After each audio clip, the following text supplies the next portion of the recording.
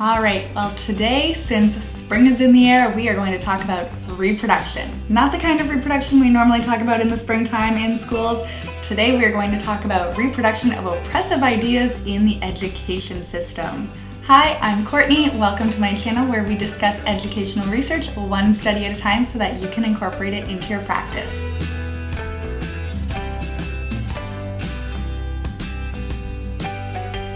Today we are going to get philosophical. We are going to talk about Bourdieu.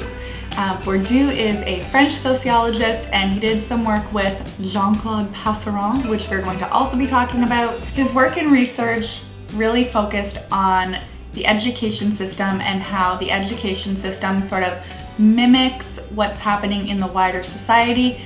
And his research and philosophy really focus on the ways that schools perpetuate the clinging to power for some people and the injustices that other groups face. Let's set the context here. Bourdieu is a French sociologist and philosopher. His work focused on French society, which was very class-based, and he talks mostly from the perspective of class.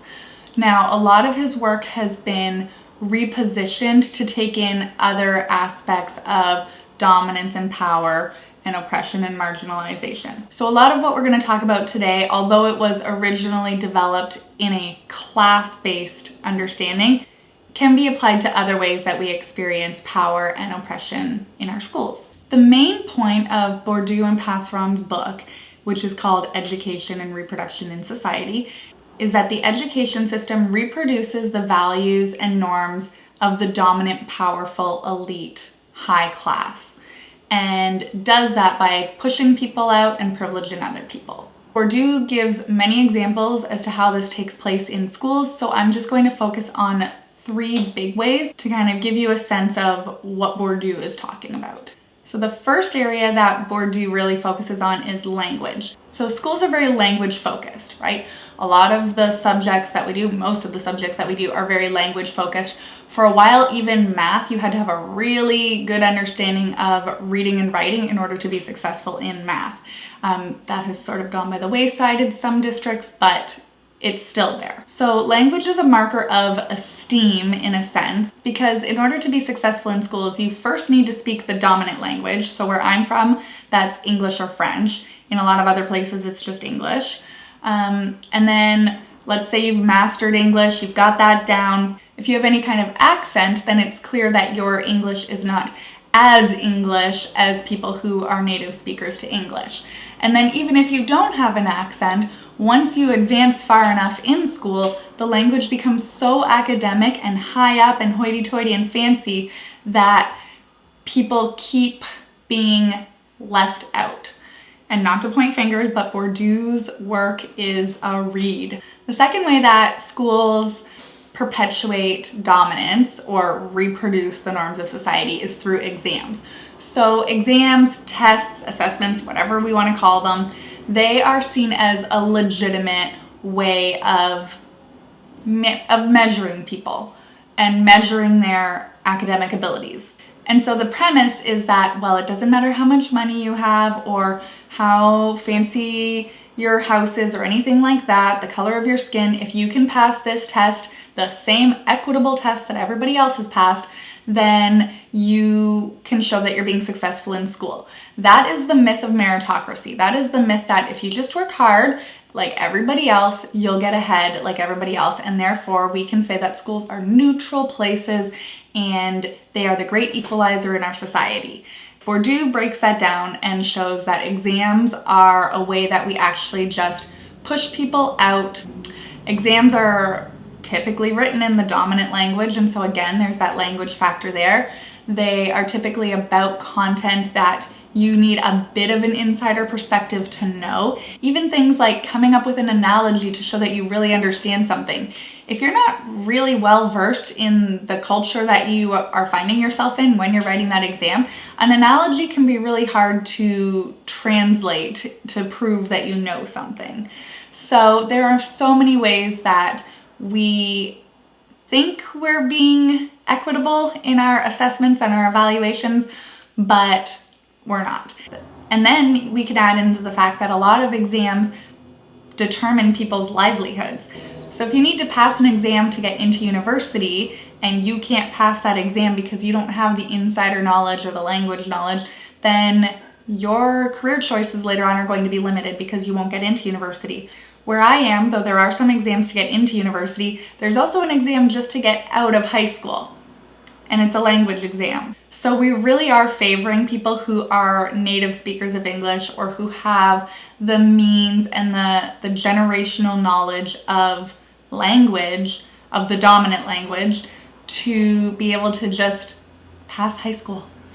And then finally, the third thing that we're going to focus on, where Bourdieu talks about how schools reproduce norms, is through the way that schools are set up. So if we think about the traditional classroom, we have the teacher at the front, a bit of space, and then the students. So we're setting up a hierarchy, and we're showing that at the front is the person with all of the power and all of the knowledge, and then facing that teacher are all of the people who are dependent on the teacher for their knowledge and for their ticket to success in life, really.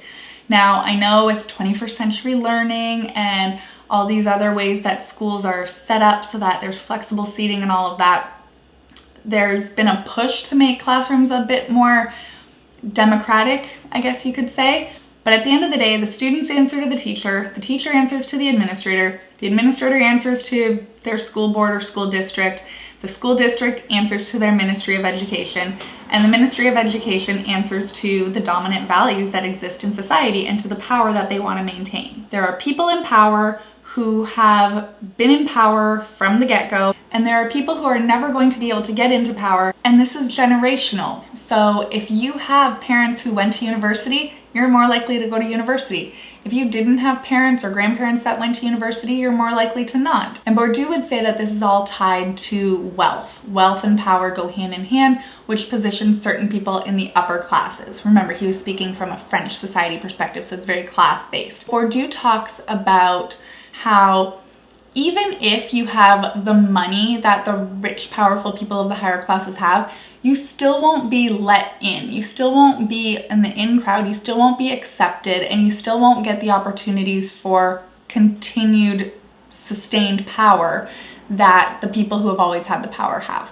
And that's because the rules are so nuanced and specific. So think about the movie Titanic. Do people still watch Titanic? Do you young people know what Titanic is? It's a movie starring Leonardo DiCaprio and Kate Winslet. It's fantastic and you should watch it if you haven't. I prefer to only watch Titanic Part 1 because the ship hasn't sunk yet and everybody's in fancy dresses. Anyways, in Titanic there's a character named Molly, the unsinkable Molly, and she's considered to be new money. So I do air quotes a lot. Anyways, she's considered to be new money. She came into a fortune, and so she's different than all the rest, and the fancy people in Titanic don't accept her because she doesn't talk in the same hoity-toity way of speaking as everybody else speaks. She has a life history where she has worked before. So even though she's wearing the same clothes as everybody else, she has the same amount of money, she got the same ticket onto the Titanic as everybody else, she's still seen as less than for very small things. It could be the way that she picks up her fork, or it could be the way that she sings, or her lack of understanding of all these other little rules that they have made up to hold themselves as higher up than everybody else. If you don't know what Titanic is, maybe you've heard of The Greatest Showman. So same situation there. The family there becomes very wealthy through their circus business, and they try to rub elbows with the elite of New York, and they're continually rejected because they didn't come from generations of money. They weren't born into it. They don't have the same distinction and the same tastes as everybody else. They earn their money through the circus, which caters to the everyday person. And so no matter how hard they try, they're never going to be in the in crowd, and ultimately they accept their fate and find happiness. But in the world of education, the stakes are a little bit higher. We can't just say, oh, accept your fate and be okay with the disadvantages that are going to come your way because you weren't born into a privileged lifestyle. So it's all fine and dandy for the movies, but in real life, we need to actually work to solve these problems.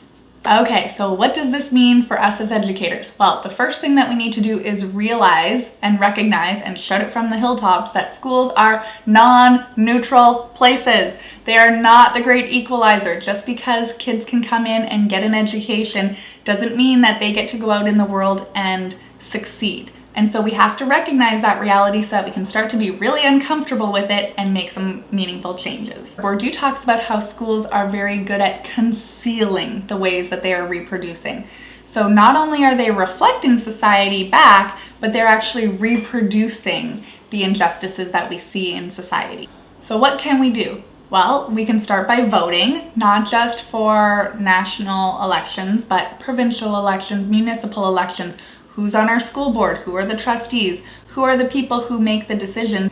Who are the people that hold these positions that are creating the system that we're in? Are they the best person for the job? Should there be somebody else?